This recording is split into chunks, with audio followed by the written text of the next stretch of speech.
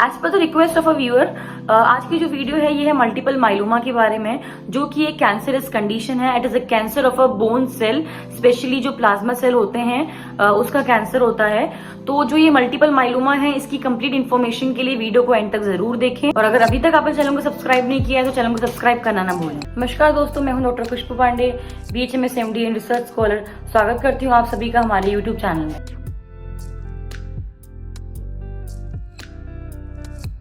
Multiple myeloma is a malignant और a cancerous condition. ये एक तरीके का ब्लड कैंसर है। It is also known as Kahler's disease. तो मल्टीपल माइलोमा होता क्या है? माइलोमा जो वर्ड है इसका मतलब होता है सेल्स ऑफ बोन मैरो।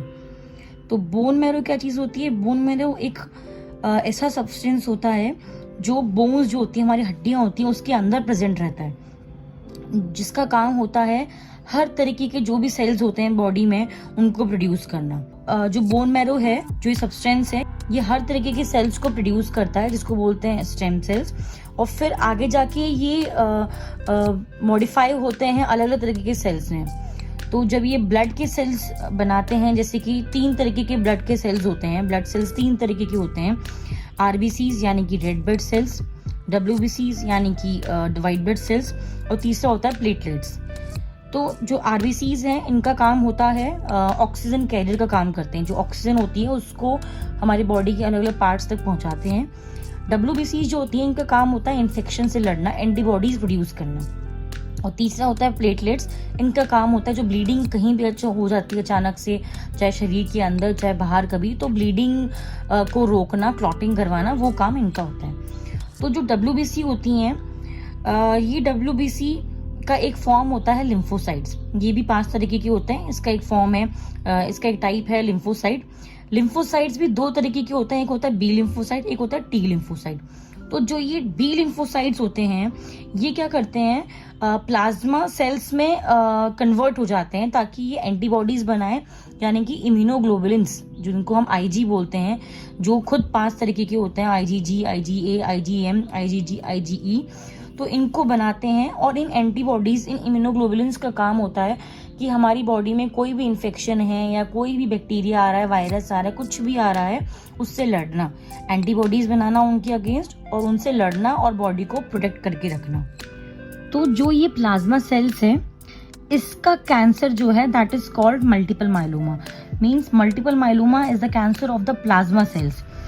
तो जब ये जो प्लाज्मा सेल हैं, ये एंटीबॉडीज बनाते हैं, और जब अगर ये जो प्लाज्मा सेल्स हैं ये मैलिग्नेंट हो जाते हैं, मतलब कि कैंसर हो जाता है प्लाज्मा सेल्स का, तो ये ओवर प्रोडक्शन करते हैं एंटीबॉडीज का, मल्टीपल प्रोडक्शन हो जाता है एंटीबॉडीज का, इसलिए इसका नाम है मल्टीपल माइलोमा। अब हम बात करेंगे इसके रिस्क फैक्टर्स की। तो मल्टीपल जो माइलोमा है, ये एक it is second most common blood cancer after non Hodgkin's lymphoma. ये ज्यादा कॉमन होता है अमेरिकन में, स्पेशली जो अफ्रीकन अमेरिकन होते हैं, ब्लैक पीपल, उनमें ज्यादा कॉमन होता है एज कम्पेयर टू एशियंस। इसके अलावा it is more common in men, specially after 60 years of as.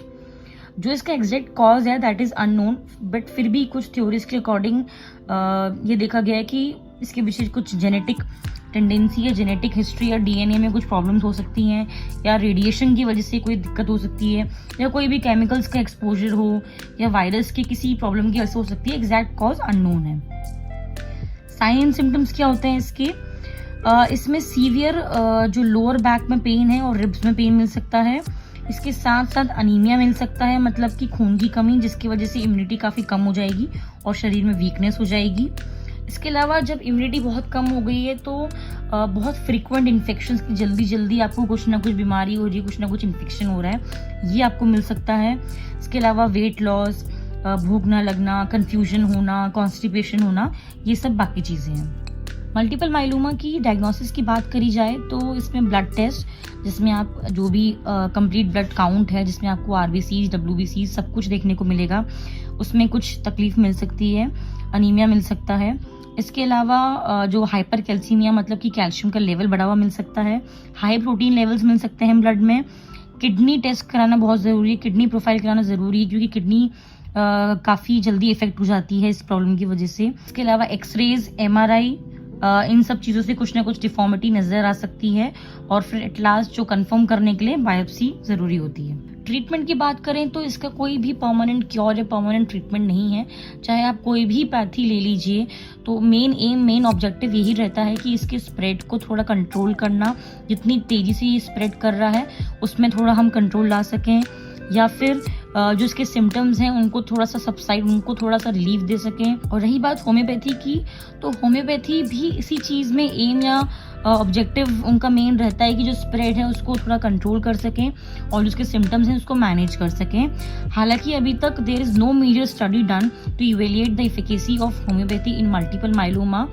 Although बहुत सारे जो होम्योपैथिक डॉक्टर्स हैं जो काफ़ी कैंसर पे काम करते हैं, तो अगर आपके किसी को भी नोन को अगर हो रहा है तो आप स्पेशली किसी भी नियरेस्ट होम्योपैथिक डॉक्टर को कंसल्ट करें, या कोई भी जो कैंसर स्पेशलिस्ट हैं जो स्पेशली कैंसर पे वर्क करते हैं उनसे रिफ़र करें, तो आपको काफ़ी हेल्प मिल सकती है। एलोपैथी के साथ साथ मतलब कि जो कीमोथेरेपीज़ होती हैं, स्टीरॉयड ट्रीटमेंट चलता है एलोपैथिक में, तो इनके साथ साथ अगर आप होम्योपैथी लेते हैं तो कैंसर की जो होम्योपैथिक स्पेशलिस्ट हैं उनको रिफ़र करें, तो आपको काफ़ी सहायता मिल सकती है। कॉम्प्लिकेशंस की बात करें तो इसमें आपको बोन की वीकनेस मिलेगी और फ्रैक्चर्स होने के चांसेस होंगे।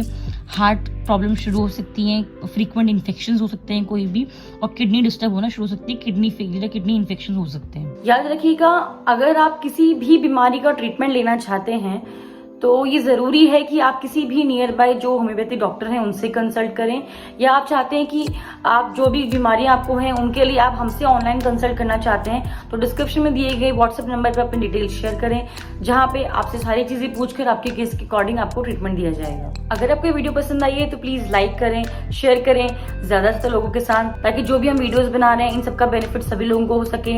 And don't forget to press the bell icon for latest updates. आप सबसे फिर से मुलाकात होगी एक नई वीडियो के साथ, तब तक के लिए थैंक यू।